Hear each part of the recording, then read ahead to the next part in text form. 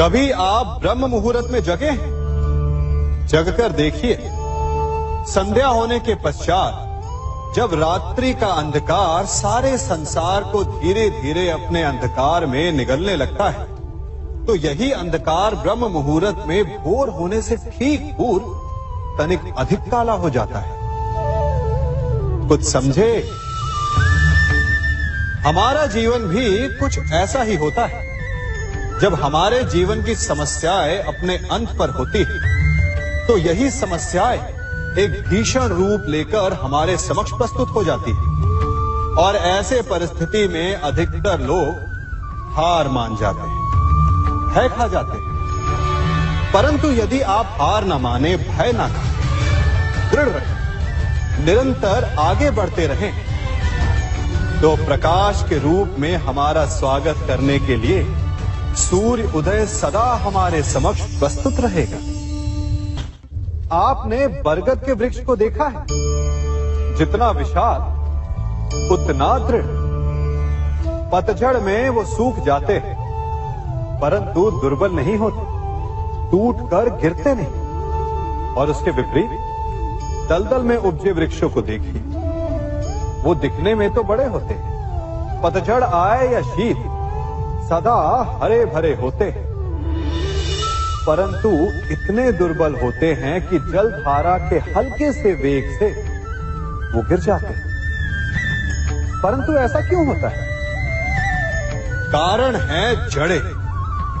जिसकी जड़ें दृढ़ भूमि में है, वो हर चक्रवात, हर ऋतुओं को सह लेता है, और जिसकी जड़ें दलदल में है, वो स्वयं की जड़ों को दुर्बल बना लेता है। कुछ ऐसा ही मनुष्य भी होता है, जो अधर्म, कुकर्म और असत्य की धरा पर उपजा है। वो समय की एक मार भी नहीं सह पाता, और जो मनुष्य सत्य, धर्म की धरा पर उपजा है, वो हर समस्या से अविचलित हो जाता है। अब आप पर निर्भर करता है कि आप क्या बनना चाहते हैं।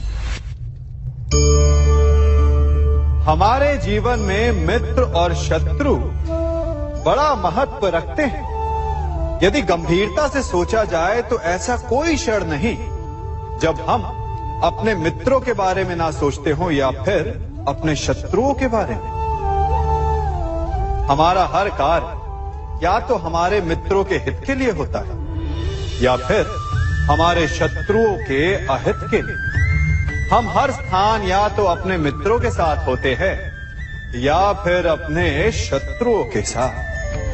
कोई नहीं चाहता कि उनका शत्रु प्रसन्न रहे।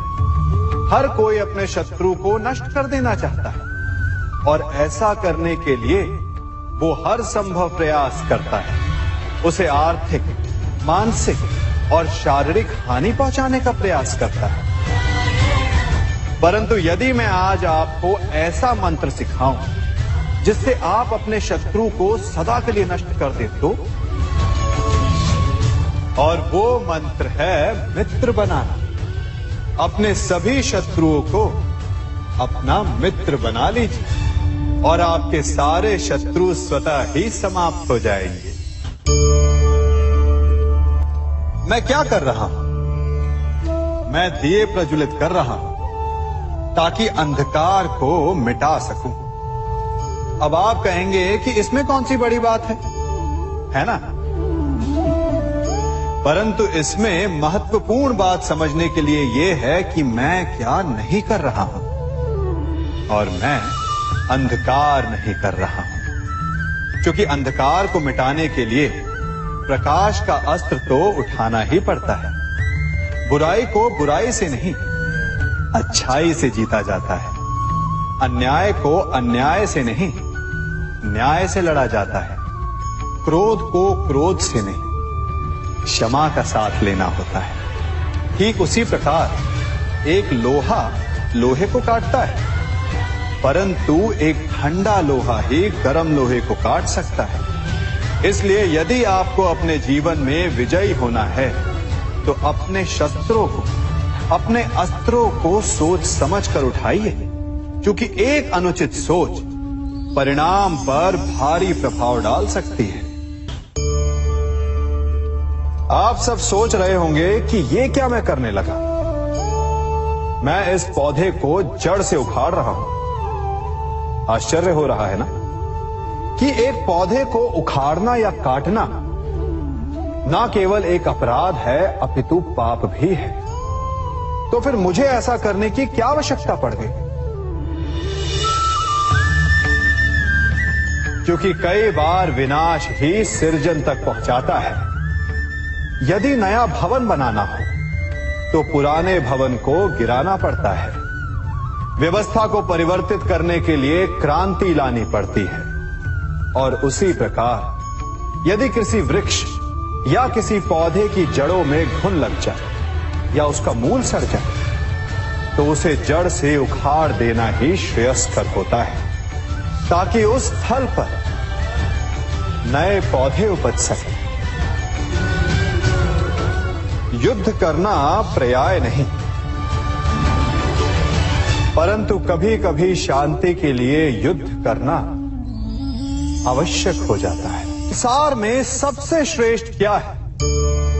फूल या कांटे, प्रेम या घृणा, संपन्नता या दरिद्रता, मित्र या शत्रु? बताइए। अब आप भी कहेंगे कि भला ये कोई पूछने की बात हुई? अवश्य, फूल, प्रेम, संपन्नता और मित्र ही श्रेष्ठ है।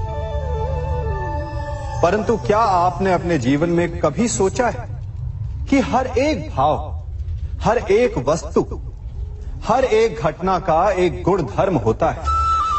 त्वचा पर जलन करने वाले फूलों से अधिक श्रेष्ठ वो कांटे हैं जिनसे आप अपने घर की बाढ़ बनाते हैं ताकि वन्य पशु आपके भीतर ना आ सके।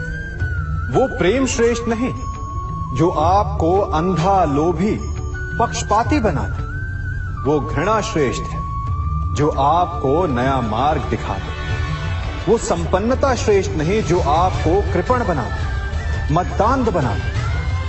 वो दरिद्रता श्रेष्ठ है जो आपको जीवन में परिश्रम करने की शिक्षा दे।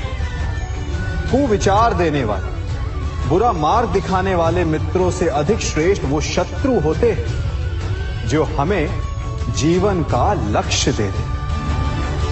इसलिए अपने जीवन में हर वस्तु, हर भाव, हर घटना के गुण धर्म को पहचानिए और उसके पश्चात अपना चयन कीजिए।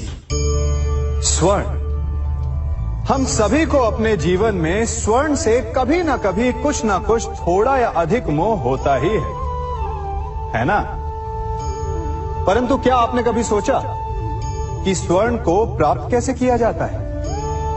जब भूमिगत खदानों से स्वर्ण को निकाला जाता है तब वो एक पाषाण की भांति होता है।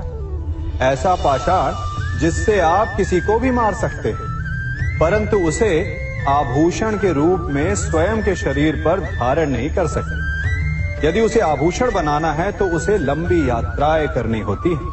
उस पाषाण को पिघलना होता है। सुनार के हथौड़ी की अनेकों चोटें खानी पड़ती है।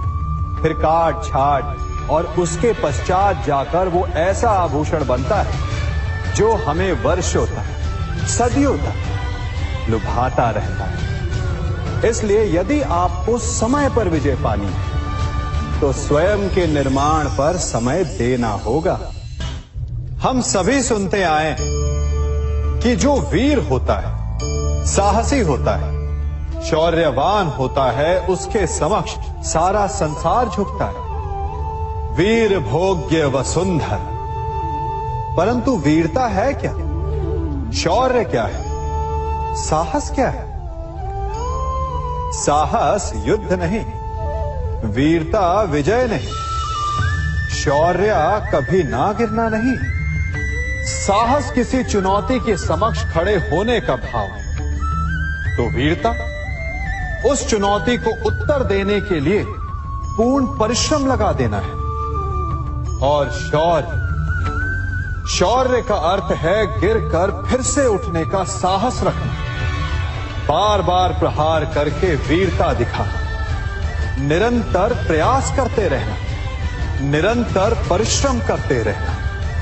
इसलिए विजयी होने से अधिक महत्वपूर्ण है शौर्यवान होना, क्योंकि जो शौर्यवान है उसे विजय मिलना निश्चित है।